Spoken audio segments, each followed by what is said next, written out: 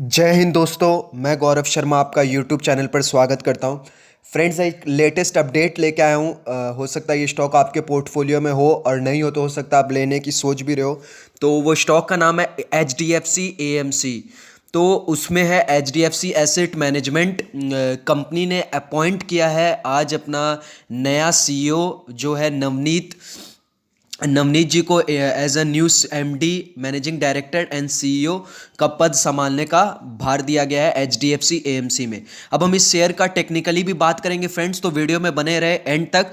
तो नवनीत जी जो है इनका पहले देखिए फ्रेंड्स, जब भी कोई कंपनी में नया मैनेजमेंट में चेंजेस आता है तो सबसे पहले आपको रीज़न पता होना चाहिए कि क्यों वो चेंजेस आया है। और फिर सेकंड है आपको ये चेक करना है कि जो नया एमडी मैनेजिंग डायरेक्टर और जो नया सीईओ बना है उसका पास्ट ट्रैक रिकॉर्ड क्या है। बिकॉज फ्रेंड, एक सक्सेसफुल कंपनी जैसे एचडीएफसी बैंक में क्या था, आदित्य पुरी जी ने एक सक्सेसफुल बैंक को रन किया 25 साल तक और एक 5 लाख करोड़ की कंपनी बनाई, और उसके बाद जो उसका सक्सेसर आएगा वो सबसे इंपॉर्टेंट है फ्रेंड कि वो कैसा है। तो मैनेजमेंट, मैंने बार बार मेंशन किया, मैनेजमेंट जो है अच्छी कंपनी को खराब बना सकता है, खराब मैनेजमेंट, और एक अच्छा मैनेजमेंट खराब कंपनी को अच्छा ही बना सकता है। तो मैनेजमेंट बहुत इंपॉर्टेंट रोल प्ले करता है फ्रेंड्स। तो आइए हम जान लेते हैं कि पहले नवनीत जी को जो as a MD and CEO का पद भार संभालने का जो मौका मिला है H D F C A M C में, तो वो उनका पहले पास्ट ट्रैक रिकॉर्ड क्या है। नवनीत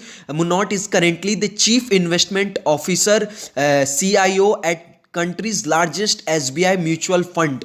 कंपनी का जो लार्जेस्ट म्यूचुअल फंड है SBI State Bank of India का जो लार्जेस्ट म्यूचुअल फंड है उसका सीईओ है, चीफ इन्वेस्टमेंट ऑफिसर है। तो अब उन्हें H D F C A M C में नवंबर 16 2020 को as a MD managing director and CEO का पद पे रख लिया गया। और वो क्यों रखा है वो भी रीजन फ्रेंड्स बता दूंगा, इस वीडियो में बने रहे।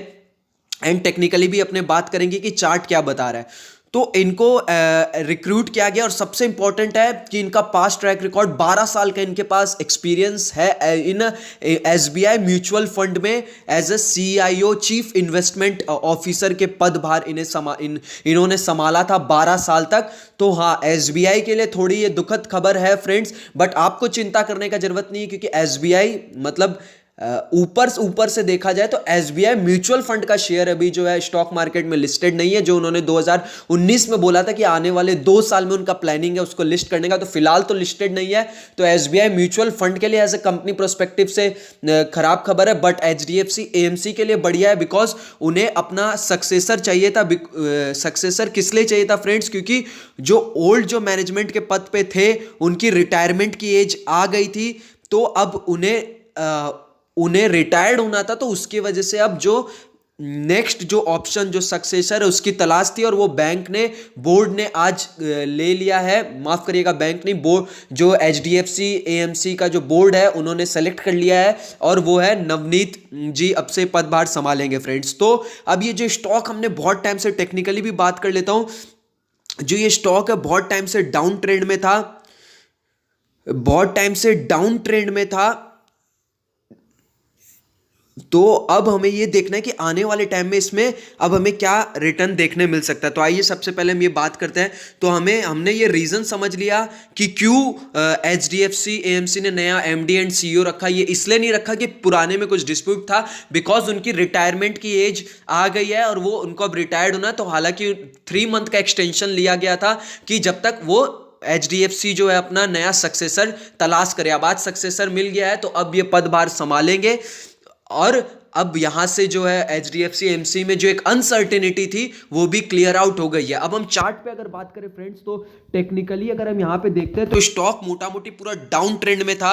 और वो स्टॉक का अगर मैंने यहां वीकली चार्ट निकाला है फ्रेंड्स, तो वीकली चार्ट में आप देखोगे 3700 रुपए से स्टॉक करीबन डाउन ट्रेंड दिखा, नीचे लो बनाया 1950 रुपए के आसपास तक का लो बना के, और फिर उसके बाद एक रेंज में अप डाउन कर रहा है। और देखिए फ्रेंड्स, एक बैंक नहीं, ये एचडीएफसी एएमसी में एक अनसर्टेनिटी भी था। एसेट मैनेजमेंट की जो कंपनी है, अनसर्टेनिटी ये था कि अब नया सीईओ कौन आएगा, सक्सेसर कौन आएगा। क्योंकि कोई भी एक मैनेजिंग डायरेक्टर के जो पोस्ट पे रहता है, वो जो इतने साल तक कंपनी को चलाता है, उस कंपनी को एक इतने अच्छे मुकाम पे पहुंचाता है, जहां आप देखोगे ये कंपनी का शेयर प्राइस 1300 में आपको दिखा रहा हूं, पिछले कुछ सालों का तो 1300-1400 का शेयर को 3000-4000 तक ले जाना, तो बिना ग्रोथ के फ्रेंड्स कोई ऐसे नहीं जा सकता। और ये ग्रोथ लाएगा कौन? ये ग्रोथ लाता ही है मैनेजिंग डायरेक्टर, जो ऊपर पोस्ट पे रहते हैं, क्योंकि वही सब चीज कंट्रोल करते हैं, उन्हीं का डिसीजन रहता है।